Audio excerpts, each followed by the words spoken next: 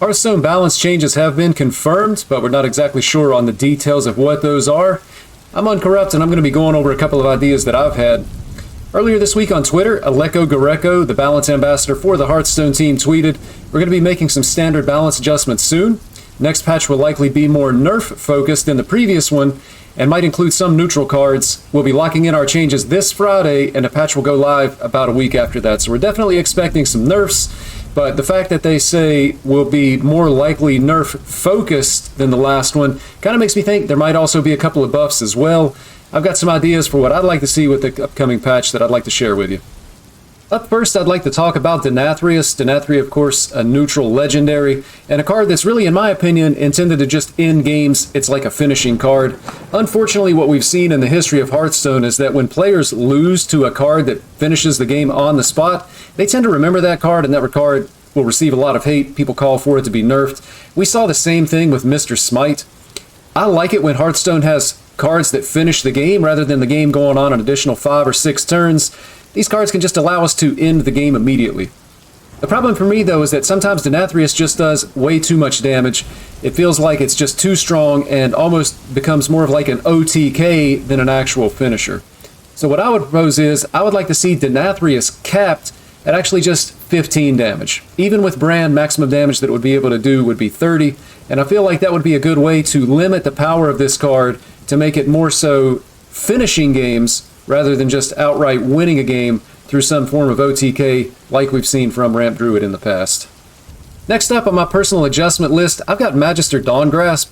This card is actually just a little bit too strong, it snowballs too hard, and it feels like every mage deck in the game for the last several months has been built around Magister Dawngrasp.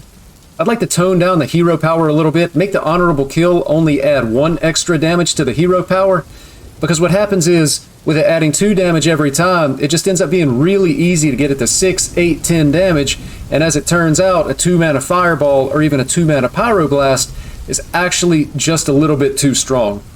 This is the only change that I'd like to see to Mage. Taking a closer look at Edwin, I feel like a lot of people are saying that Edwin never should have been buffed and that this should actually be reverted to a 4-mana 4/4, and I could kind of see it going both ways. It makes sense to put it back the way it was, just because there's so much power in this card. It's kind of along the same lines as what I was just talking about with Magister Dawngrasp. It's just too much power in one individual card. That being said, I actually don't think there's a problem with this, and I would be perfectly fine if they left Edwin as is at the 3-mana 3/3. Sometimes it does get a little bit out of control, and the Rogue has these huge pop-off games where they just draw their entire deck with Edwin, and they leave a huge Edwin on the board, and they create the big minions from the Sinstone graveyards, but I'm actually okay with it. I don't think it's too offensive that it needs to be changed. The Paladin class actually just needs help, and unfortunately, in my opinion, it might actually need like a class rework, or certainly just some new cards. Anything that's going to be done to help Paladin's win rate is just going to be a band-aid. It's not going to fix the actual problem with the class, which is that the class is boring and the class actually just doesn't do anything. But in order to help out our Paladin friends, I'm going to say that it's time. Could be a little bit controversial, but Lightforged Cariel needs to go back to 7 mana. Let's undo that nerf. Paladin can use the survivability. In order to help bridge the gap for Paladin to even be able to make it to 7 mana to be able to get down their Cariel, I feel like Elitist Snob also needs a buff. I'd actually like to see this go to only 4 mana. Try to help Paladin out, give him a little bit of help in the early to mid game, and help him to be able to get to the Cariel. And finally, in the spirit of being able to give Paladin a finisher that they can actually use to finish games, I think it's time to undo the Smite nerf. Smite should actually go back to 6 mana in my opinion.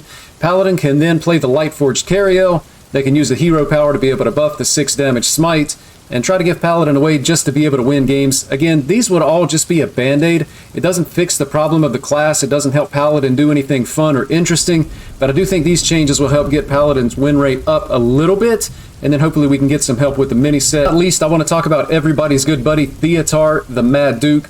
This card has made a lot of waves since it was introduced in Hearthstone, and again, I like the concept. I like the idea of hand disruption, but I think it goes a little bit too far for Hearthstone specifically. So Mutinous offers a little bit of hand disruption, but it has more of a random impact than Theotar.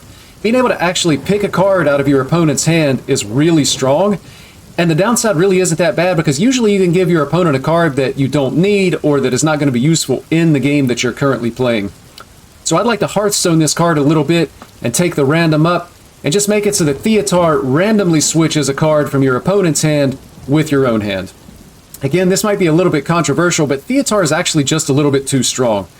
It doesn't feel like hand disruption when you're able to just take away your opponent's win condition. Theotar itself actually starts to feel like a win condition, and that's not what I want to see this card doing.